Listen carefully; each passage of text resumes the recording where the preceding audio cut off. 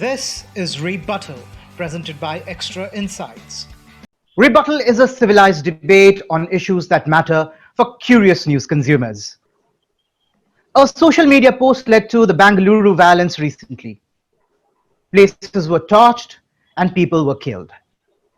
Although social media allows us to say what we want, should we go to the extent of expressing opinions that offends, threatens, or insults groups based on race, color, religion, national orientation, or disability?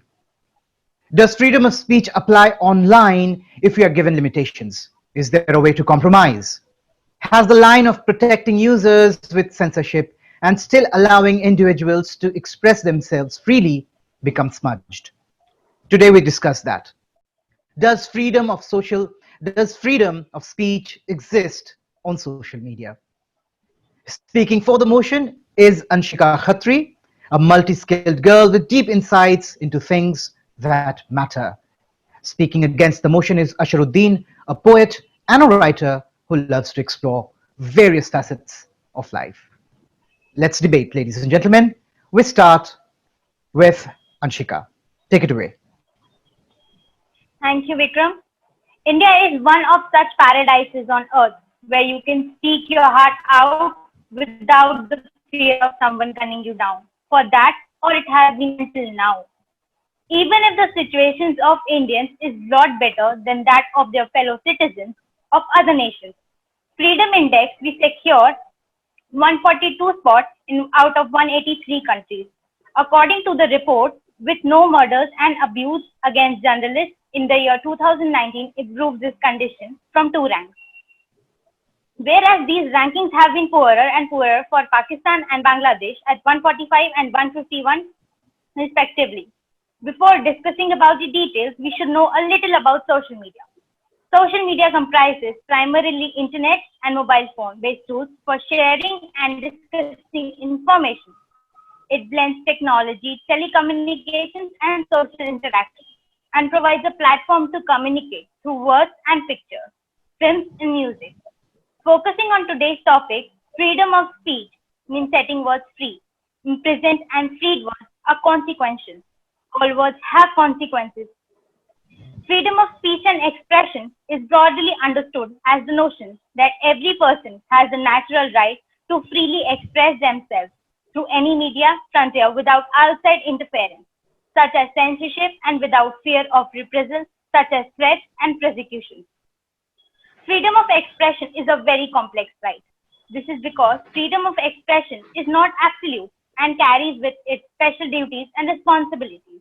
Therefore, it may be a subject to certain restrictions when necessary, for respect of rights or reputation of others, or for the protection of national security and public health.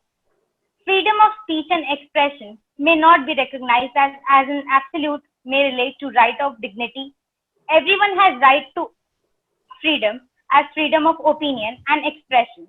This right includes freedom to hold opinions without interference and to seek, receive, and impart information and ideas through any media regardless of frontiers. Social media has become an extension of a life. Everyone has a presence on it. Although there are several flaws and ill effects, it cannot be run down.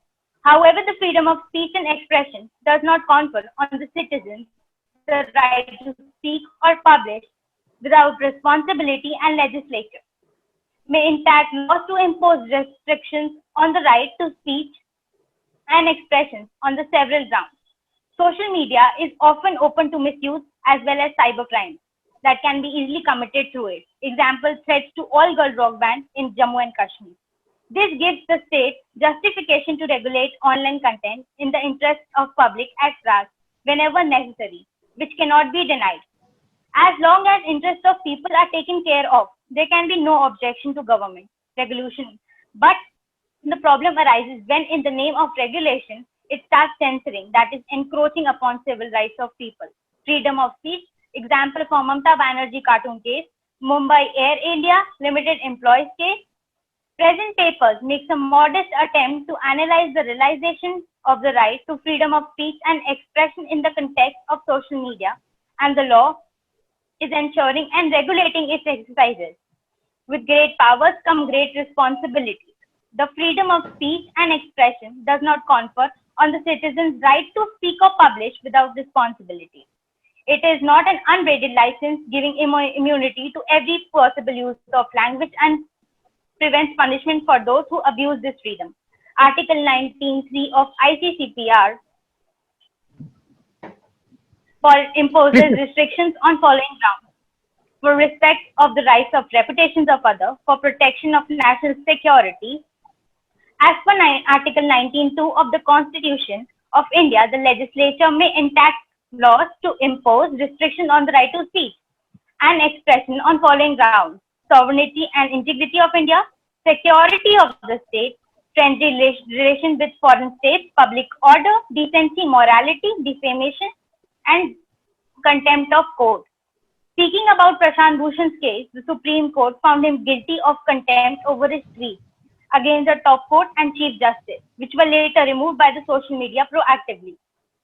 He commented about an undeclared emergency and the role of Supreme Court and the last four CGIs of India in how it has removed democracy and destroyed it in past 6 years, with judiciary proving and playing a vital role for it. Making this statement, he crossed the bloodline associated with freedom of speech, which can be amended by the authorities to protect one's dignity as mentioned in the Constitution. The second tweet was about Chief Justice of India S.A. Bobde, who was clicked on a Harley Davidson superbike in his hometown without any safety gears and protective mask, though this tweet was patently false because he wasn't riding the bike. Thank you. Yes, thank you very much. So indeed, you've come up with some very, very valid points. Everyone has the right to opinion without interference. Social media is an extension of our daily lives. Indeed, various articles protecting the freedom of speech, a lot of this. In fact, you've spoken very well. Now we head for the opening statement from Usher. Take it away. Yeah, thank you, Vikram. First of all, let me begin with the definition of constraint in freedom of speech, which goes, freedom of speech is not absolute to media or individual. Nobody believes that freedom of speech is an absolute right. I suppose both sides agree to this. Jumping to this specific topic, which is, does freedom of speech exist on social media? I have a strong opinion that it does not. The reason behind this is that people assume that there is absolute equality it's a myth. Equal freedom of speech does not exist anywhere, be it social media or ground zero. Now, what I mean by this, I'll be explaining. Talking in context of Prashant Bhushan, who has been held accountable for the contempt of court, this case is also somewhere between the shades of grey. Before directly penetrating through the case study, we would need to be aware of the background details as well. Contempt of court from Article 19, Clause 2 of our Constitution is a reasonable restriction to the freedom of speech. Marking the word reasonable, it means to a certain limit, to a certain degree of constraint as an exception. But the basic value in democracy is with the freedom of expression. So if there is a clash between the contempt of court and freedom of speech, certainly the freedom of speech should prevail and carry more weight in a democratic country. Liberal democracy of the world make very less use of contempt of court, and we should learn it. There is a very famous example mentioned in the book The Spy Catcher from England, wherein the judge, after being called an old fool, he denied to run the case of contempt of court against a responsible authority or person. America also has nothing as such contempt of court. So I think India should also be moving in such a direction. Now, enough furnished with the background, whatever statements Prashant Bhushan laid in his tweets were essentially against particular individuals and not against the entire judicial system.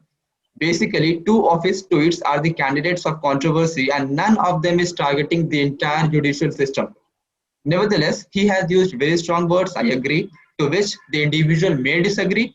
But this disagreement does not mean he has violated the authority of the apex court. We need to understand this. There is a fine line between criticizing the entire judicial system and criticizing the individuals who are the part of judicial system. but the partial privilege of freedom of speech on social media for some people and none for the other does not permit the transparency across this fine line. There is a problem with the contempt of court, and that is that it's not the state that is against you, it's not the plaintiff that is against you, essentially the court that is against you, and hence you are subjected to the judge's mercy. This situation is really very dicey because of the discretionary power of the judges. The entire concept is a bit tricky, and in this trial, according to me, Prashant Bhushan is more like a victim than a culprit. Not forgetting that once Justice Karju has also been called for apology. I would like to draw the entire attention towards something else. During the recent protest against NRC and CAA, multiple politicians were seen howling against a particular community over Facebook, Twitter, spitting speeches full of communal poison and a will to trigger carnage. But they were never held accountable for their speeches and quotes anywhere. On the other hand, Dr. Kafil Khan was put behind the bars for practicing his dissent and his freedom of expression to speak against the policies of government. This is just one example out of the oceanic pool of hypocritical cases. So, Anshika, it's pretty laughable to take it even with a pinch of salt that freedom of speech does exist, especially when the government is trying to kind of monitor you all around. You never know when the police is going to ring your doorbell for your Facebook post against a particular leader.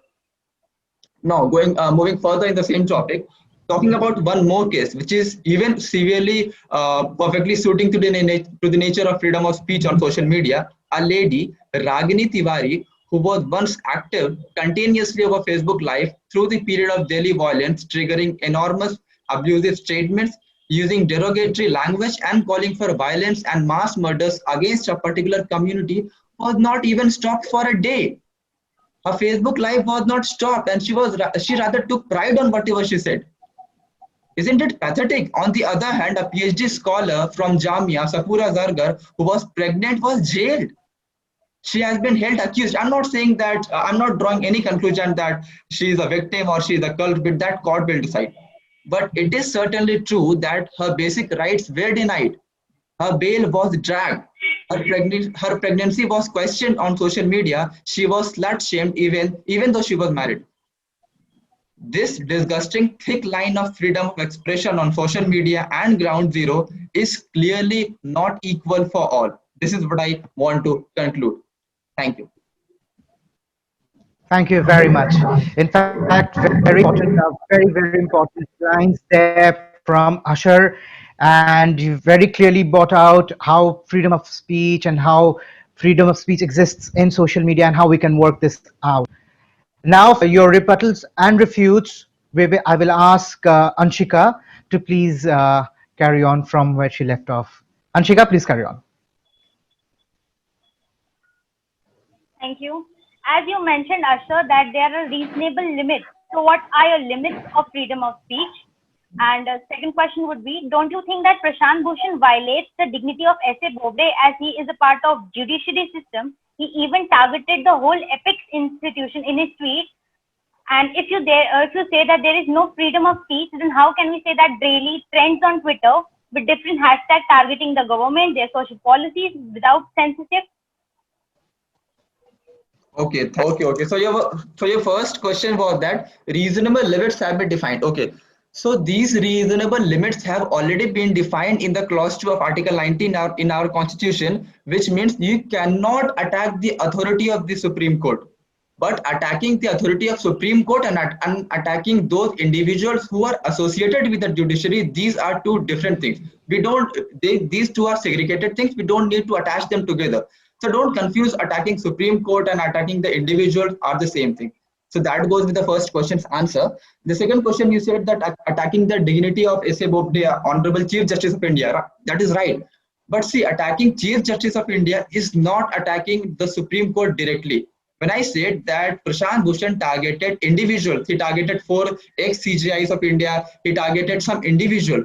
So by that, he also targeted in a goodwill. His prime purpose for the protection of judiciary. So he was not targeting the entire judicial system. He was not targeting the Supreme Court. He was actually targeting those individuals whom he thinks are responsible for the damage in judiciary. So we need to take this point in context. Now your third point goes like number of Twitter trends go on Twitter daily, number of things keep on trending against the government as well. So how can we say that there is no freedom of speech in India, right? See, these Twitter trends do not have enough strength for, do not carry enough weight or are unable to build enough pressure on our government to do any act on ground. So actually, government kind of ignores that also. And also, secondly, the building of narrative and anti-narrative on Twitter helps in polarization, and this ultimately helps government itself. So these things, government does not give a kind of great chunk of attention to those things which are going on a mass level like Twitter trends. But then again, if government easily catches individuals whom it wants, Prashant Bhushan is one of the example. He also made a post on Twitter itself. He was caught over there. So that is my answer. Thank you. So Anshika, you mentioned about the Global Press Freedom Index, wherein you mentioned that in 2019, no journalists were killed or kind of harassed in India. Is it not a fact that Ravish Kumar has been harassed throughout the year 2019? He has been harassed multiple. Even Arnab Goswami was killed on plane. So basically, does this fact carry any weight on in practical life, or you are just presenting the paper fact? Because even in Uttar Pradesh, many journalists were even killed. Local journalists have been killed in 2019. So how can we say that no journalists were killed or attacked or harassed in India? This is just a kind of mere fact that has been presented on paper. The things are not same on the ground. My second question goes like, how do we decide that Prashant Bhushan has crossed the limits? Because you said that because he was actually saying against an individual and not against the entire authority. So what decides that Prashant Bhushan was against the entire system? How do you define the limits, the parameters of limits that he has crossed? My third question goes like, you did not mention about the part which I spoke, that the freedom of speech is only for the namesake in India, which I spoke in my speech. It's only for the namesake because it's discriminating, it's partially selective for some people, and it's not being endorsed for the other people. It's not equal for all. Freedom of speech is not equal for all. Some people it's endorsing. I mean, the government is endorsing the freedom of speech for some people who speak in the interest of government, while on the other hand, government does not kind of tolerate the freedom of speech from the other people. So this extreme selectivism, how do you go with that? How do you defend that? Thank you. Thank you, Ashar. Go on. So, according to Global Press Freedom Index, there has been mass killings of journalists have not taken place in 2019. So, and there would have been numerous cases which have not been garnered media attention, and hence we cannot blindly trust the record. But then it's just a parameter of judging that freedom of press is actually there in India and has kept increasing. That freedom is increasing, and press and individuals do get their freedom. Second question would be that having simultaneously keeping the Supreme Court in a state of diminished functioning, thereby affecting the rights of citizens to access justice, because he said that the court is in lockdown mode, though the court had held many virtual meetings to give justice to the people.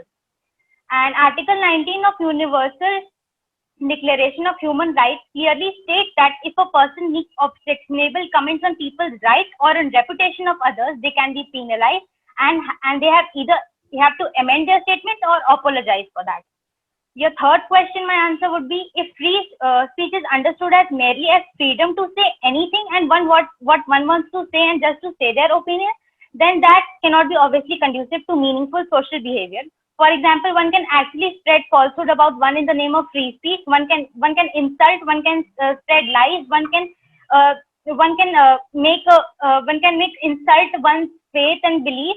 And hatred through free speech is very common in India. So, thank you. I hope I answered all your questions. Yeah, thank you. Thank you, Anshika and Ashar. I believe this is a very complex issue and would take a lot more rebuttals and debates to actually come up with something that the entire country could agree upon. I would now request Anshika and Ashar to come up with their closing comments. I now request Ashar to go ahead with his closing comments. Anshika can then follow. Okay, thank you. Just wait a minute. Okay. From the entire superset of the cases study, it has been clearly seen that freedom of speech certainly depends on identity card which you are holding, which signifies who are you. So if you endorse a certain ideology on social media, you are completely kind of okay to go ahead, untouched by the system and the setup. But if you dare to speak against same group of powerful people, you are the perfect candidate for all the hardships which can be judicial as well. So don't you think that it gets to a joke because only a section of society which endorses a particular ideology or supports government on everything hold the privilege of freedom of expression, others do not? Because if a public interest lawyer like Prashant Bhushan suffers from this, there is nothing to be very happy about the freedom of speech and expression in India. This biasness is certainly does not qualify as equal freedom of speech for all in India, and hence I strongly argue that freedom of speech does not exist on social media in India. This is a sorry statement, but this is the ground truth. Thank you.